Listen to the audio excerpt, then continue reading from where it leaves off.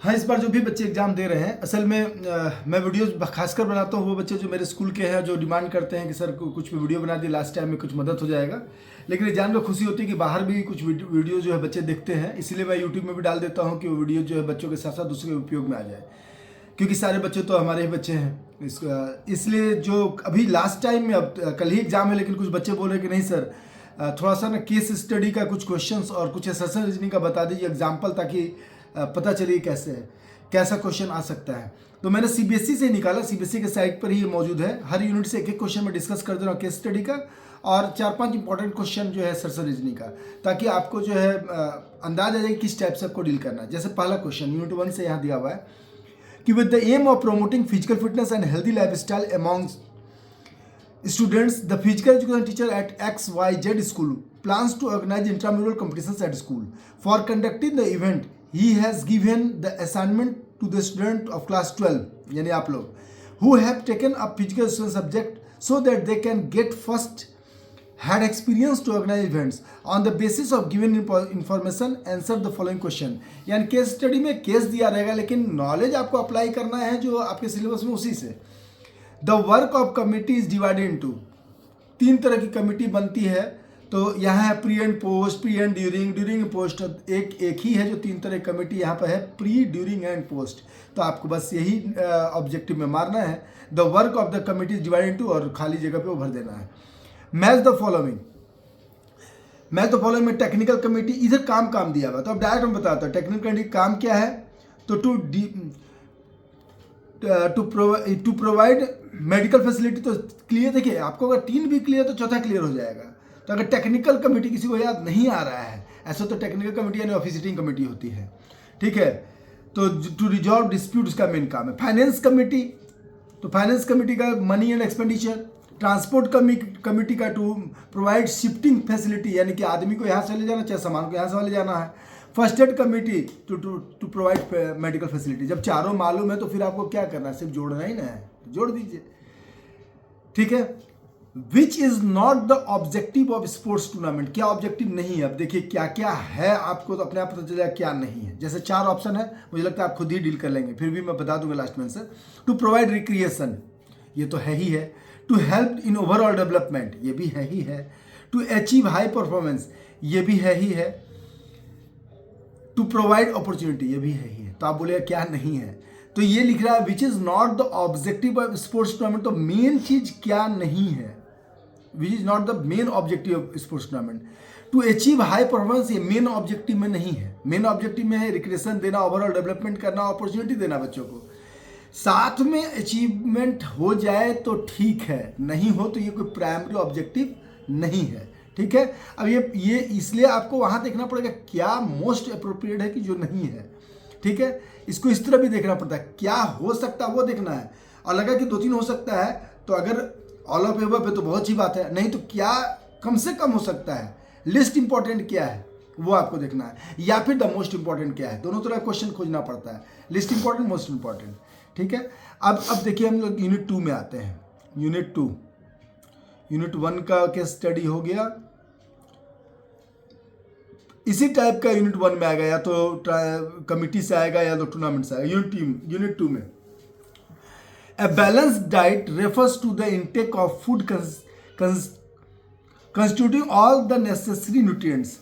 Ram shares his knowledge of food and nutrition. अब देखिए यहाँ यूनिट 2 लिखा है, लेकिन अभी ये यूनिट 5 है, ये पहले का सिलेबस को दे दिया है, लेकिन चलिए काम का है हम लोग को, क्योंकि स्पोर्ट्स एंड न्यूट्रिशन में आएगा।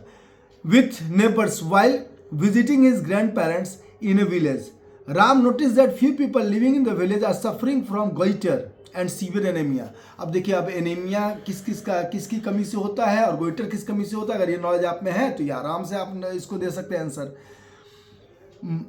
Minerals are placed under dash nutrient category on the basis of required quantity. तो न्यूट्रिएंट्स किसके अंदर आता है, मैक्रो मालूम है ना, माइक्रो में से 2 ही आता है, विटामिन और मिनरल्स। तो आपको जो है मिनरल्स में माइक्रो देना, क्योंकि मैक्रो रफेज नॉन न्यूट्रिटिव ये सब दिया हुआ है, आपको माइक्रो मारना है यहाँ। Goitre is cause due to the deficiency of, आपको पहले से मालूम होगा कि गोइटर जो है किस लिए होता है, तो गोइटर जो है आयोडीन की कमी से होता है, ये आपको पहले प्रचार भी होता था कि आपके नमक में आयोडीन है, नहीं होने पर गोइटर नाम का रोग हो जाता है। Low levels of minerals will lead to anaemia, किसकी कमी से? तो मेन है आयरन, ठीक है, मेन इसमें आयरन है, ये आप भी जानते होंगे। फ्रॉम द एबव पिक्चर, देखिए इसमें कॉपर भी लिखा हुआ है ऑप्शन में, लेकिन मेन आयरन है इसलिए आपको आयरन करना है। From the above picture it can be derived that vegetable and fruits are enough to stay healthy, या exercise along with proper nutrition is required, या red and green color food only for be taken।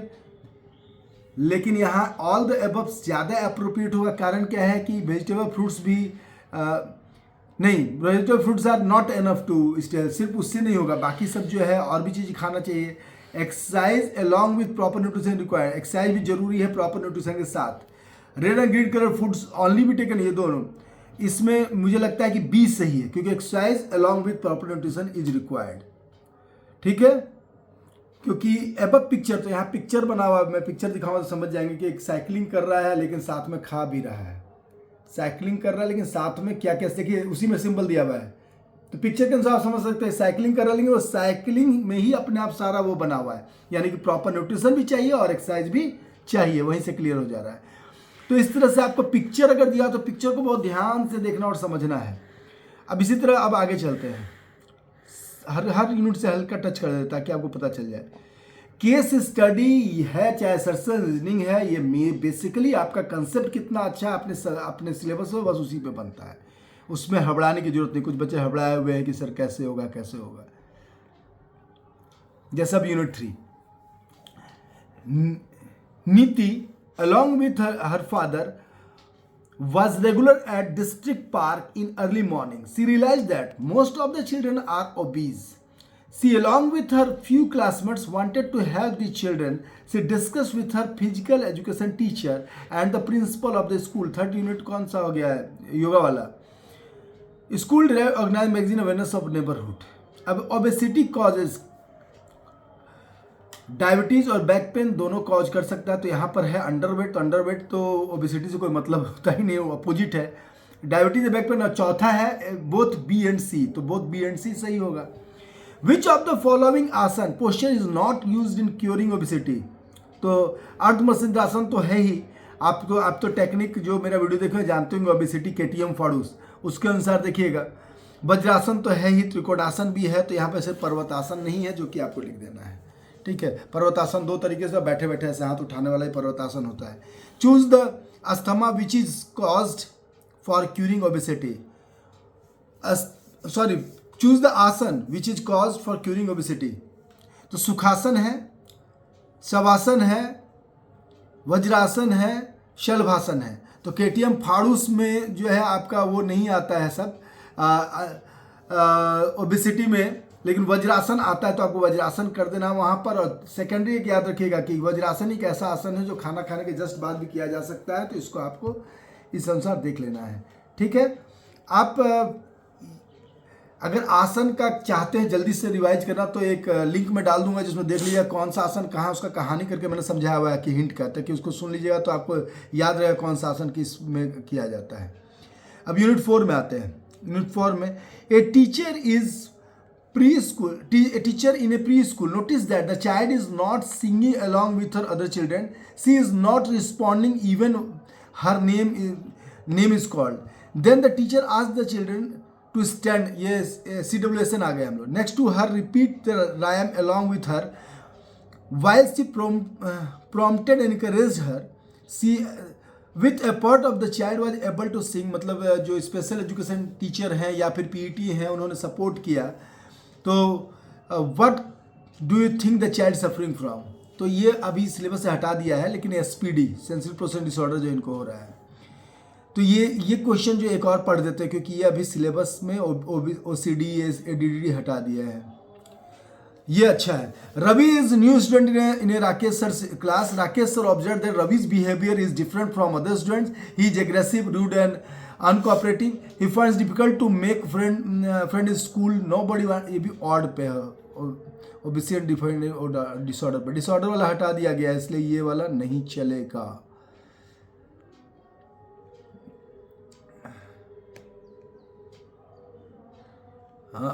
Disability etiquette पे question आता है तो आपको अभी भी आ सकता है और वो कर लीजिएगा। Raju, Sheela and Mili visited her newly made friends living in the centre of the children for special need, एक CWSN के सेंटर पे गए। On day before visiting the centre they had a meeting with their school physical teacher and learned many guidelines to deal with this special friends at the centre.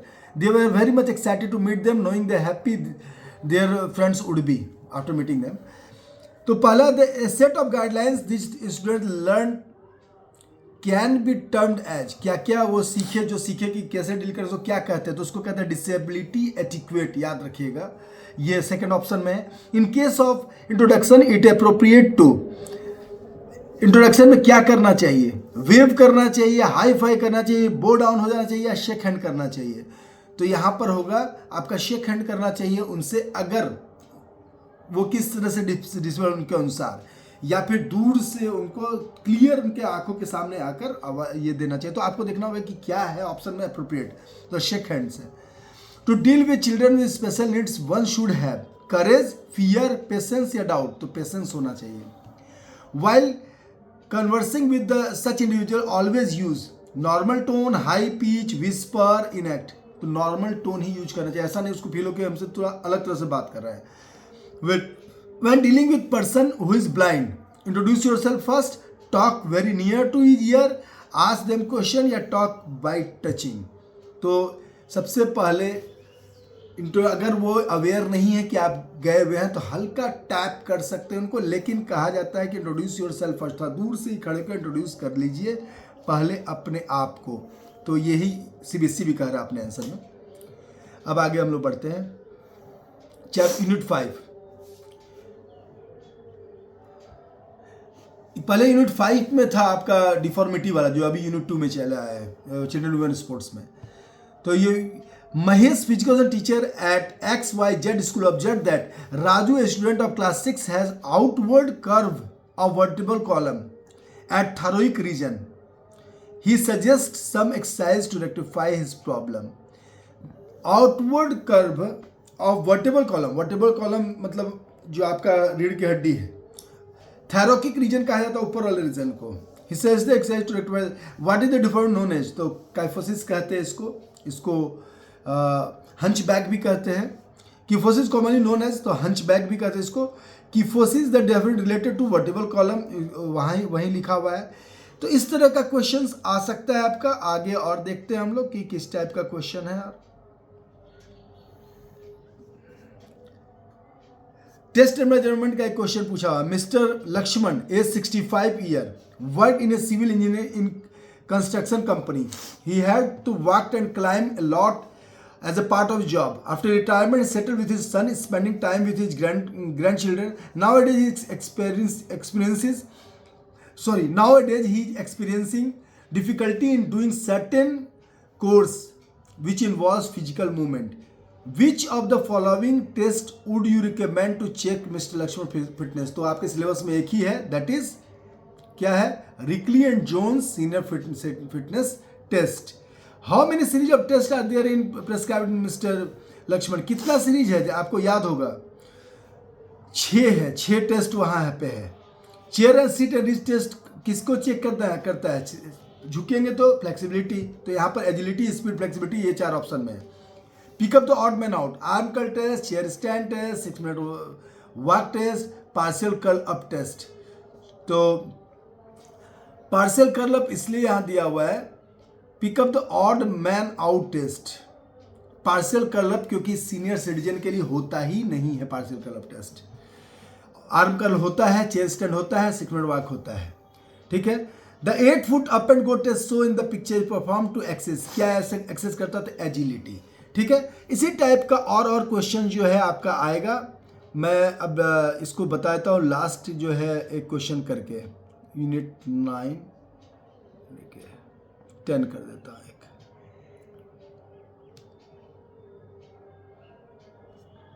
Mr. Gopi Chand is a renowned badminton coach. When he started his academy, he selected our school badminton players and designed a training program.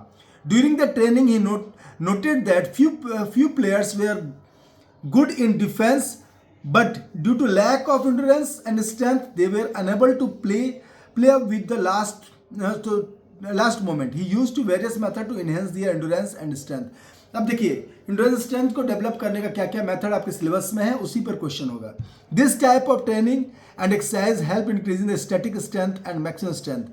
किस तरह का training का जरूरत पड़ता है? तो isometric, क्योंकि static strength को स्टैटिक ताकत लगाएंगे तो आइसोमेट्रिक में ही लगता है. आइसोमेट्रिक, आइसोटोनिक, आइसोकाइनेटिक, तो हाँ विजुअल मूवमेंट नहीं है, पुशिंग अगेंस्ट वॉल, तो वो स्टैटिक स्ट्रेंथ के लिए आइसोमेट्रिक ही किया जाता है. Isotonic exercise help in enhancing, तो आपको देखना है कि आइसोमेट्रिक तो यहाँ पर है स्पीड, स्ट्रेंथ, एजिलिटी, इंड्योरेंस. तो कोई भी आइसोमेट्रिक, आइसोटोनिक, आइसोकाइनेटिक हो, तीनों का तीनों तो डेवलप तो स्ट्रेंथ ही करेगा ना, क्योंकि स्ट्रेंथ का ही मेथड है वो. High pressure over muscles can be seen in the set of exercise. Isometric में, आइसोटोनिक में, बोथ ए एंड बी में और बैलिस्टिक में, तो मुझे लगता है बोथ ए एंड बी जो है होना चाहिए. तो तीसरा है बोथ ए एंड बी, क्योंकि आइसोमेट्रिक में, आइसोटोनिक में, दोनों में एक्सरसाइज के में जो है हमारा प्रेशर मसल पे पड़ता ही पड़ता है. बैलिस्टिक तो हो गया किसका, फ्लेक्सिबिलिटी वाला. This training method is considered as best method to develop endurance. Interval, continuous, fartlek, pace runs. अब देखिए एंड्योरेंस के लिए इंटरवल ट्रेनिंग मेथड को भी बेस्ट माना जाता है, और मेरे समझ से इंटरवल ट्रेनिंग मेथड ही होना चाहिए, क्योंकि कंटिन्यूअस से भी ज़्यादा आजकल इंटरवल ट्रेनिंग मेथड, मेरा वीडियो में भी मैंने कहा था पहले जो बनाया है कि इंटरवल ट्रेनिंग मेथड बेस्ट है अभी पूरी दुनिया में एंड्योरेंस को डेवलप करने के लिए, खासकर मिडिल डिस्टेंस रेस और शॉर्ट टर्म के लिए भी. दिस एंड्योरेंस, बहुत लॉन्ग टर्म अगर दौड़ना हो तो फिर कंटिन्यूअस में ही जाना पड़ता है. दिस एंड्योरेंस ट्रेनिंग मेथड, अगर स्पेशली पूछ दिया कि which kind of training method is appropriate for marathon, तब आपको फिर कंटिन्यूअस ही डालना पड़ेगा. This endurance training method involves periods of hard work followed by A time period of rest. ये तो इंटरवल है. इंटरवल ट्रेनिंग मेथड में क्या होता है, effort, recovery and effort technique principle भी बेस्ट है. तो इस तरह के क्वेश्चंस आपके आएंगे, और आप जो है इस टाइप के क्वेश्चंस जो है आपको डील करना है. ठीक है, अब आपको ये देखना है कि असर्शन रीजनिंग किस तरह का आ सकता है. ठीक है, तो असर्शन रीजनिंग का हम लोग 5 क्वेश्चन डील करेंगे हम लोग. तो जल्दी जल्दी में शुरू करते हैं. नित्य, क्या ये संभव है कि ये जो हम लोग का है वो लिंक बना के इसमें डाल दे वीडियो के नीचे, ताकि किसी को देखना हो तो? हाँ, कर सकते हैं. ठीक है, तो देखते हैं अगर हम इसको लिंक बना के अगर डाल सकते हैं डिस्क्रिप्शन में डाल देंगे, और नहीं तो फिर जो है आप समझ तो गई है कि किस तरह से इसको डील करना है, आपके नॉलेज के अनुसार उसको डील करना है. असर्शन पहला, planning is a foremost function in sports. बहुत अच्छा, सही बोल रहा है. Reason, planning provides a view of future courses of action. Reason भी सही है, यानी मुझे लगता है इसका ऑप्शन नहीं होना चाहिए कि असर्शन सही है और रीजन भी उसका सही व्याख्या कर रहा है, यानी both A and R are true and R is the correct explanation of A. यही इसका आंसर होना चाहिए. मैं देख लेता हूँ सही है कि नहीं. यस, ये सही है, क्योंकि आंसर मैंने खोज के लिखा हुआ है. असर्शन है, friction is a necessary able in sports. पहले क्वेश्चन ही पूछ देता था 5 मार्क्स में, उसमें सारा फ्रिक्शन डालना पड़ता था, फ्रिक्शन, रोलिंग, स्टैटिक फ्रिक्शन के बाद एग्जाम्पल के साथ, और तब देखा था कि अगर फ्रिक्शन प्रॉपर अगर ज़्यादा हो जाए तो भी जो है आदमी दौड़ नहीं पाएगा. अगर ज़्यादा नेल लगा दो जमीन में धंस जाएंगे, और नेल नहीं रहे तो फिसल जाएंगे. तो प्रॉपर नेल्स लगाया जाता है ताकि सही फ्रिक्शन हो सके. हम शॉर्टपुट फेंक रहे, एकदम स्लिपरी हो तो हाथी से फिसल जाएगा, इसलिए प्रॉपर फ्रिक्शन जो है नेसेसरी अभी 2-3 एग्जाम्पल्स है उसको. लेकिन पहले फ्रिक्शन क्या है, फ्रिक्शन कितना तरह का होता है वो लिखेंगे, तभी 5 मार्क्स मिलेगा. मैंने एक वीडियो बनाया हुआ है कि कैसे 5 मार्क्स को डील करना है. Reason, friction enhances efficiency in activities like cycling and football. अब देखिए इफिशियंसी, ये देखिए ए और आर दोनों ट्रू है, लेकिन उसी का सही व्याख्या कर रहा है ऐसा भी जरूरी नहीं है. नहीं, ये क्योंकि friction enhances efficiency in activities like cycling, football. Cycling, football में एक्टिविटीज काम आता है. ये एक रीजन डाला गया है कि हम क्यों कह सकते हैं कि फ्रिक्शन नेसेसरेबल है. तो बहुत सारे गेम में और ये 2 गेम में भी काम आता है, तो हम लोग कह सकते हैं असर्शन रीजनिंग सही है, और रीजन भी सही ही बोल रहा है को. तो इसका आंसर भी मुझे लगता है यही होना चाहिए. हाँ, both A and R true and R is the correct explanation of A. आपको यही देखना है. ठीक है, अब जैसे एक क्वेश्चन असर्शन है, explosive strength refers to the ability to apply strength with high speed. देखिए स्ट्रेंथ 2 तरह का होता है, स्टैटिक, डायनेमिक. डायनेमिक भी 3 तरह का होता है, maximum, explosive strength, strength endurance. तो एक्सप्लोसिव स्ट्रेंथ क्या था, जहाँ एक्सप्लोजन होगा. तो ये तो सही कह रहा है, explosive strength refers to the ability to apply strength with speed, यानी स्पीड और स्ट्रेंथ का मिक्सचर एक्सप्लोसिव स्ट्रेंथ है. और रीजन क्या कह रहा है, this attribute is essential in sports like swimming and pole vaulting. Swimming and pole vaulting में एक्सप्लोसिव स्पोर्ट जरूरी है, मुझे नहीं लगता है जरूरी है। क्यों? क्योंकि स्विमिंग में हर बार एक्सप्लोजन जरूरी नहीं है। आपका शुरुआत का स्टार्ट जो लेते उस समय एक्सप्लोजन जरूरी है, 100 मीटर में शुरुआत का एक्सप्लोजन जरूरी है, थ्रोइंग इवेंट में जरूरी है, लेकिन लगातार जरूरी नहीं है। आप पोल वॉल्ट में भी दौड़ने में जरूरी नहीं है, लास्ट में जब एक थ्रोस देते हैं, क्योंकि एक्सप्लोजन फेजेस में जरूरी पड़ता है, लगातार एक्सप्लोजन नहीं हो सकता है कभी भी। तो मुझे लगता है कि इसमें भी होना चाहिए। हाँ, both A and R are true, दोनों सही तो हैं, but R is not the correct explanation of A. R जो करेक्ट एक्सप्लेनेशन ए का नहीं है कि explosive strength refers to the, यहाँ रेफर नहीं कर रहा है उसको, to the ability to apply strength with high speed. The attribute is essential in sports like swimming and pole vault. R अपने आप में अलग सही है कि उसमें भी जरूरत पड़ता है, लेकिन हमेशा रेगुलर नहीं। और दिस एट्रीब्यूट मतलब यही पूरा का पूरा उसी के लिए कह रहा है, ऐसा नहीं है। हाँ, इसके लिए भी हो सकता है, लेकिन यही सही नहीं है। तो both A and R true, but R is not correct of A. तो आपको देखना है कि आर जो कह रहा है वो ए को पूरा जस्टिफाई कर रहा है कि नहीं कर रहा है। हो सकता है कि दोनों सही हो, दोनों गलत हो सकता है एक सही एक गलत हो, तो उसको आपको थोड़ा ध्यान से देखना है। Deaf Olympic in an international is an international event where deaf athletes compete, तो सही है।